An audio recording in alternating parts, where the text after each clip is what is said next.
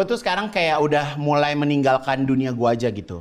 Gue udah nggak mau pergi clubbing-clubbing, gue udah nggak mau pergi-pergi yang berkaitan dengan alkohol-alkohol, pergi-pergi party-party yang nggak penting. Itu nggak mau sih gue gitu. Bukan hanya karena lo semakin dewasa kan? Pasti ada triggernya kenapa lo Ya tiba-tiba sebenarnya sekarang memang gue lebih merasa lebih dekat dengan agama gue aja gitu. Jadi hal-hal yang bertentangan dengan maksudnya gue bukan yang jadi orang kayak mungkin heboh gitu enggak ya, tapi maksudnya sebisa mungkin tuh kan gue udah pernah ngalamin nih mas. Gue udah pernah party, gue udah pernah mabok, gue udah pernah segala rupa gitu. Maksud gue yang sesuatu yang kayak circle-circle yang menurut gue nggak penting gue ada di situ, tuh gue nggak mendingan nggak usah gitu. Jadi gue membangun afirmasi baru, gue membangun apa ya lingkungan baru yang ya memang gue lagi suka ibadah, jadi gue berada di circle yang memang suka ibadah.